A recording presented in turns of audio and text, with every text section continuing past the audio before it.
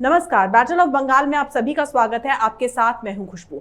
ममता सरकार की कैबिनेट बैठक से 5 मंत्री नदारद रहे, जिनमें राजीव बनर्जी भी शामिल थे। उधर दिलीप घोष ने ममता सरकार के खिलाफ अविश्वास प्रस्ताव लाने की बात कही। उधर नित्यानंद राय ने कहा कि ममता की वजह से बंगाल की जनता बहुत ज्यादा पीछे चली गई है। इन्हीं सब विषयों पर चर्चा के लिए हमारे साथ स्टूडियो में मौजूद हैं कैपिटल टीवी के editor in chief doctor Manish Kumar. Doctor साहब, बहुत बहुत स्वागत है आपका। धन्यवाद।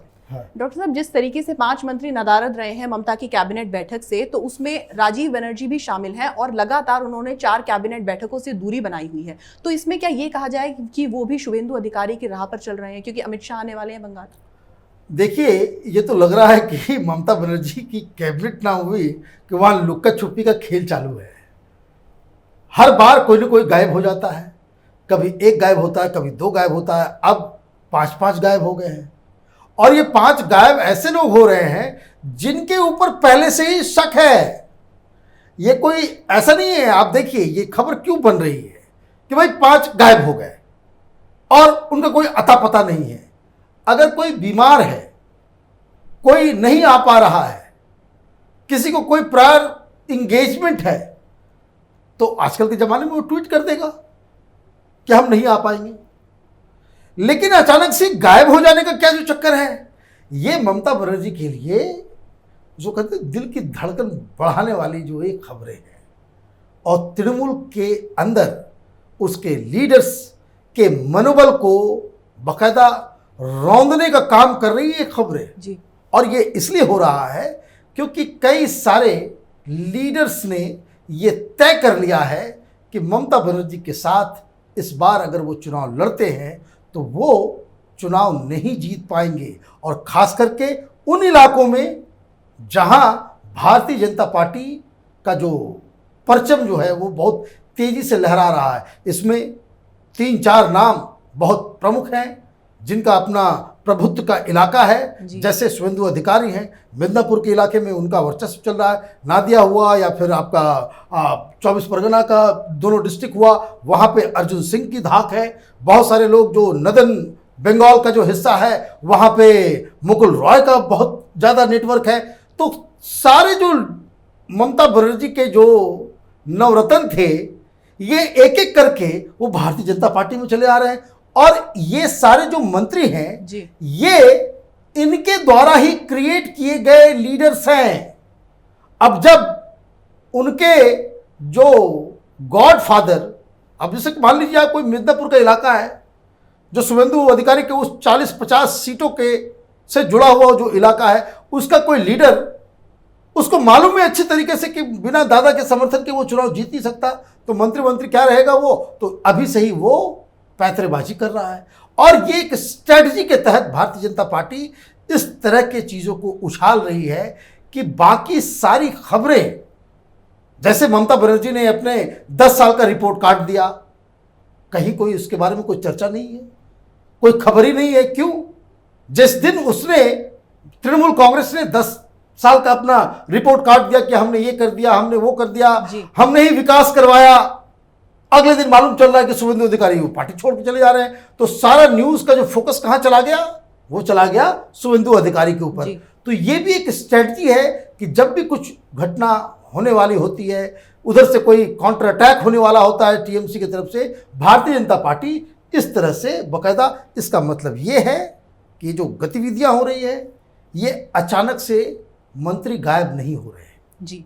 ये एक सुनियोजित कार्यक्रम के तहत एक एक करके टीएमसी के बड़े बड़े लीडर्स को तोड़ा जा रहा है। और इसीलिए आजकल का देखिए, आज के ज़माने में कोई लीडर टीएमसी में है, वो अगर बीमार भी होगा तब भी वो कैबिनेट की मीटिंग को मिस नहीं करेगा। क्यों? क्योंकि जैसे ही अगर वो मिस करेगा, वो ममता बनर्जी उसके ऊपर शक करना शुरू कर देगी कि भाई ये भी गया क्या। तो ऐसी स्थिति में तो वो अगर तबीयत भी खराब है तो स्ट्रेचर पे भी बैठ करके वो उस मीटिंग में आएगा। लेकिन अचानक से वो गायब हो जाता है।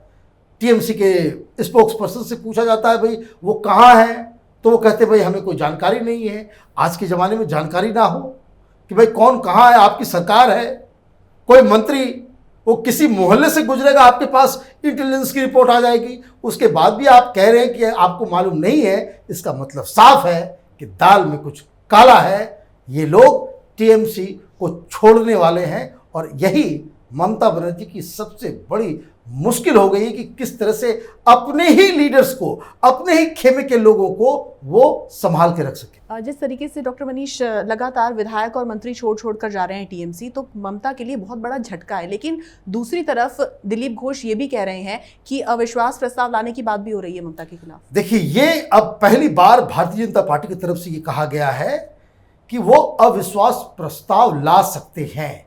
इससे पहले कम्युनिस्ट पार्टी भी कह चुकी है, अधीर रंजन चौधरी भी कह रहे हैं कि ममता बनर्जी की सरकार, ये ममता बनर्जी की सरकार अब बहुमत में नहीं है, वो माइनॉरिटीज में आ गई, क्योंकि इतने सारे लोग टीएमसी को छोड़ चुके हैं और या छोड़ने का प्लान कर रहे हैं। उसमें ये ममता बनर्जी से अगर सदन के अंदर उन्हें कहा जाए कि भाई आप अपना बहुमत सिद्ध करें, तो वो सिद्ध नहीं कर पाएंगी।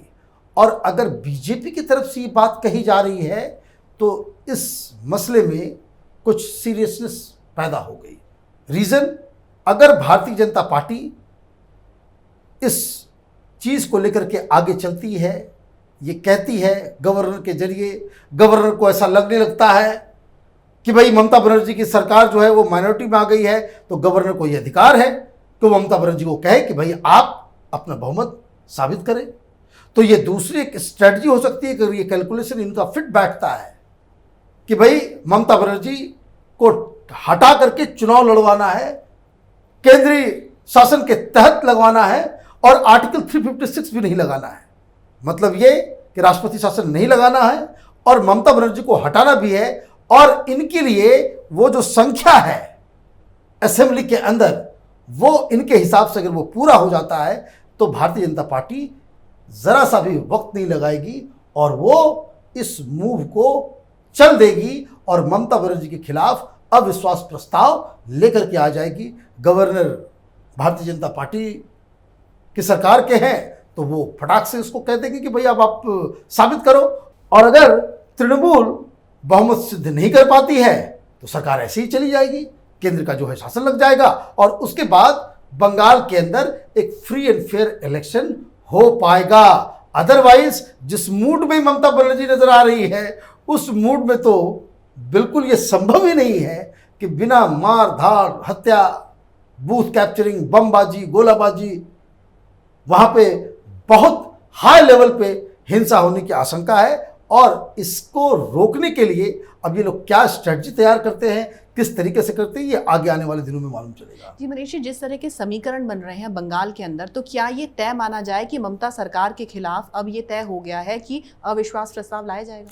देखिए, ये पूरा डिपेंड करता है कैलकुलेशन के ऊपर, क्योंकि अगर भारतीय जनता पार्टी ये कैलकुलेट कर भी लेती है, ये कांग्रेस वाले भी कह रहे हैं, तृणमूल वाले भी, ये वामपंथी भी कह रहे हैं कि भाई वो अविश्वास प्रस्ताव लाया जाए, लेकिन ये लोग तो गिरगिट की तरह रंग बदल लेंगे। जैसे ही उनको लगेगा कि भाई ये यहाँ पे ममता की सरकार गिर रही है तो ये वॉकआउट कर जाएंगे तो वो ममता बनर्जी बहुमत सिद्ध कर देगी, क्योंकि इनके ऊपर तो भरोसा नहीं किया जा सकता है कि ये जो अविश्वास प्रस्ताव लाया जाएगा, मुझे इसकी कब उम्मीद लग रही है, क्योंकि ये जो वामपंथी और कांग्रेस है ये तुरंत ममता बनर्जी के गोदी में जाकर के बैठ जाएंगे और ये सारा का सारा जो बीजेपी का ये जो प्लान है वो फिजल आउट कर जाएगा। जी, और जिस तरीके से नित्यानंद राय कह रहे हैं कि ममता ने धकेल दिया है पीछे, बहुत पीछे धकेल दिया बंगाल की जनता को, जबकि जो भारत है काफ़ी ज़्यादा आत्मनिर्भर बन गया है, तो ऐसे में क्या कहेंगे? क्योंकि लगातार ममता सरकार ये बात करती रहती है कि टीएमसी ने विकास किया है बंगाल का। देखिए, 10 साल उन्होंने सरकार जो चलाई है उसमें कुछ बदलाव तो नहीं हुआ। जो उन्होंने प्रॉमिस किया था, ममता बनर्जी ने कहा था कि हम परिवर्तन लाएंगे, हालांकि ये सबसे बड़ा फ्रॉड है। मैं बार बार इस बात को कहता हूं कि कोई भी नेता ये कहे हम व्यवस्था परिवर्तन कर देंगे, तो हम स्वराज लेकर के आ जाएंगे, तो हम परिवर्तन कर देंगे, तब्दीली ला देंगे, आमूलचूल परिवर्तन कर देंगे, एकदम बिल्कुल सब कुछ ठीक हो जाएगा, ये फ्रॉड लीडर्स की निशानी है। दरअसल इस देश के अंदर में आप कुछ भी कर सकते हैं, संविधान के तहत ही कर सकते हैं। जो सबसे पहला काम ये है कि आप इस देश में एक ट्रांसपेरेंट और भ्रष्टाचार मुक्त सरकार चला लें, वो राज्य जो है वो अपने आप विकास कर लेगा। लेकिन ममता बनर्जी की इस रिजीम में जो सबसे ज़्यादा विकास विकसित हुआ वो है वामपंथियों का भ्रष्टाचार का मॉडल। वामपंथी तो बंगाल को तबाह बर्बाद कर ही चुके थे। वहाँ पे सिंडिकेट और भ्रष्टाचार का जो है वो पूरा ही उसको आप ये समझिए कि उस सिस्टम का एक हिस्सा इन लोगों ने बना दिया था। ममता बनर्जी से उम्मीद ये थी लोगों की कि वो आएंगी, जिस तरह के वो दावे कर रही है वो परिवर्तन लाएंगी, लेकिन ममता बनर्जी उसमें और चार चांद लगा दी। जितना भ्रष्टाचार कम्युनिस्टों के दौरान होता था उससे ज़्यादा भ्रष्टाचार ममता बनर्जी के रिजीम में होने लग गया। अब ये तो सच्चाई है, लेकिन राजनीतिक दल तो राजनीतिक दल है। 10 साल वो सरकार चलाएगी तो वो तो जनता से ही कहेगी कि हमने ये कर दिया, हमने वो कर दिया। सवाल ये है कि पॉलिटिकल पार्टीज कुछ भी दावे करें, क्या वहां की जनता उनके दावों को पे यकीन करती है या नहीं करती है? उस पर ही तय होगा कि उनको वोट मिलेंगे या नहीं मिलेंगे। फिलहाल जो बंगाल का मूड है, लोग ममता बनर्जी की बातों पे विश्वास नहीं कर रहे हैं जी। ममता बनर्जी सरकार के खिलाफ उनका एक गुस्सा है। जिस तरह से किसानों के पैसे को रोका गया, जो प्रधानमंत्री के द्वारा जो राशि दी जा रही थी 6,000 रुपये पर साल, उसको जिस तरह से बंगाल में घुसने नहीं दिया गया, उसको लेके किसान जो है वो परेशान है। वहाँ पे कोई कंस्ट्रक्शन का काम नहीं चल रहा, कोई बड़ा प्रोजेक्ट नहीं चल रहा, बंगाल के अंदर में इंडस्ट्री नहीं आई, कोई कंपनी नहीं खुली, कोई निवेश नहीं आया, तो मजदूर भी नाराज़ है, वहाँ का मिडिल क्लास नाराज़ है।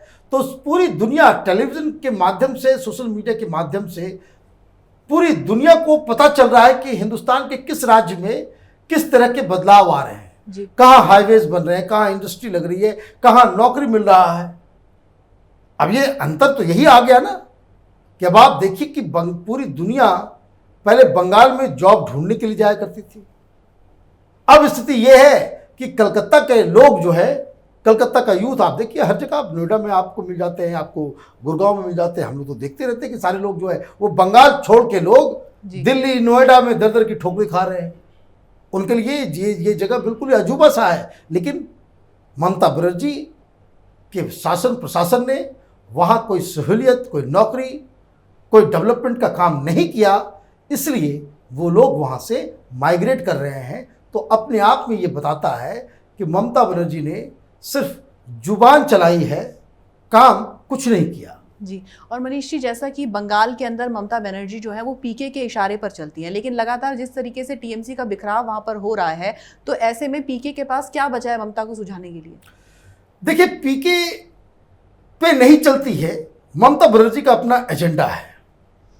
आप देखिए कि पिछले 2-4 दिनों में शुभेंदु अधिकारी ने कई टेलीविजन चैनलों को अपना इंटरव्यू दिया जी।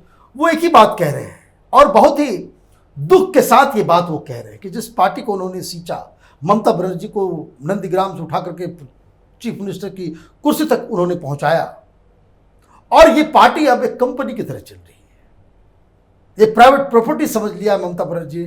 ममता बनर्जी का एजेंडा साफ है कि ममता बनर्जी के बाद अगर वहां कोई लीडर रहे जी, तो उनका जो ये भतीजा, वो उसका उत्तराधिकारी बने, कि ममता के बाद अभिषेक बनर्जी जो है वो उनकी कुर्सी पे आए। और ये काम करवाने के लिए पीके को रखा गया है। अब बात समझिए, जो लोग कह रहे हैं कि भाई ममता बनर्जी के लिए लाया गया है, नहीं, ममता बनर्जी का एजेंडा साफ है कि वो मुख्यमंत्री है, वो पार्टी की चीफ है, लेकिन उसके बाद किस तरीके से अभिषेक बनर्जी के लिए रास्ता क्लियर हो, ये काम, ये दायित्व, ये ठीक वैसा ही काम है जब पीके को शिवसेना ने हायर किया था, जब पैसे देकर के उसको मुंबई बुलाया गया था। तो उद्धव ठाकरे ने अपने लिए नहीं बुलाया था। उद्धव ठाकरे ने किस तरीके से आदित्य ठाकरे को मुख्यमंत्री के रूप में प्रोजेक्ट करना, एक बड़ा लीडर के रूप में प्रोजेक्ट करना है, इस काम का ठेका पीके को दिया था जी। और इसलिए चुनाव के तुरंत बाद जब शिवसेना का चीफ मिनिस्टर होगा, तो आपको याद होगा कि मुंबई में कई जगहों पे जो है वो पोस्टर्स लग गए थे कि महाराष्ट्र का चीफ मिनिस्टर कैसा हो, तो आदित्य ठाकरे जैसा हो। लेकिन जब ये गठबंधन बना तो बड़े बड़े लोगों ने, शरद पवार ने कहा कि भाई ये मैच्योर लड़का है, बाहर करो इसको, अगर ये मुख्यमंत्री बनेगा तुम्हारे साथ कोई नहीं आएगा, तुम खुद रिस्पॉन्सिबिलिटी लो। तो उद्धव ठाकरे चीफ मिनिस्टर बने। यही काम बंगाल में ममता बनर्जी करवा रही है कि हम तो बन ही गए, हम एक टर्म और चलेंगे, लेकिन अब मेरे बाद सिर्फ अभिषेक बनर्जी ही तृणमूल कांग्रेस का एक छत्र लीडर हो, वो व्यवस्था आप करो। तो पीके उसी के काम में लगा हुआ है, इसलिए ममता बनर्जी उसे बाहर कर नहीं सकती। अगर अब आप समझिए, किसी बाहरी व्यक्ति की वजह से आपका घर टूट रहा हो, लोग घर छोड़ के जा रहे हो, आपके दोस्त, आप सारे जो आपके पूरे समर्थक उससे नाराज हो जाए, आप क्या करेंगे? कॉमन सेंस तो यही कहता है कि भाई ये गलती हो गई हमसे, इस आदमी को हमने घर में घुसाया, इसको बाहर करो। लेकिन जब आपका एजेंडा ही क्लियर है कि जो आउटसाइडर को हम इसलिए लाए कि ताकि जितने जो आवाज उठाने वाले, अपने आप को नेता समझने वाले, मेरा उत्तराधिकारी बनने का सपना देखने वाले, इन सबको पहले बाहर करो, तो ये लोग बाहर हो रहे हैं।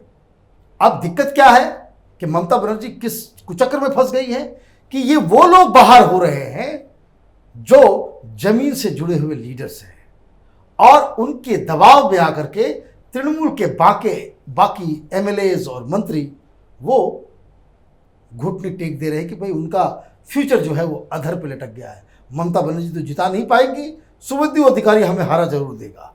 तो ये स्थिति में फंसी हुई है ममता बनर्जी। जी, बहुत बहुत शुक्रिया इस तमाम जानकारी के लिए, धन्यवाद। तो जैसा कि यहाँ पर डॉक्टर साहब ने कहा कि जो पीके की जरूरत है टीएमसी को, ममता बनर्जी को, वो इसलिए है ताकि अभिषेक बनर्जी जो कि उनके भतीजे हैं उन्हें अगला मुख्यमंत्री बनाया जा सके। लेकिन जिस तरीके के समीकरण लगातार बन रहे हैं बंगाल के अंदर, और जिस तरीके से अपनी सत्ता बचाना मुश्किल हो रहा है ममता बनर्जी के लिए, तो ऐसे में सवाल ये उठता है कि जब बंगाल के अंदर तृणमूल कांग्रेस ही नहीं बचेगी तो अभिषेक बनर्जी आखिर, पीके चाहे कितनी भी कोशिश कर ले, अभिषेक बनर्जी किस तरह से बंगाल के मुख्यमंत्री बनेंगे। अगर आपको हमारा ये वीडियो पसंद आया तो इसे लाइक करें, शेयर करें और कैपिटल टीवी को सब्सक्राइब करें। नमस्कार।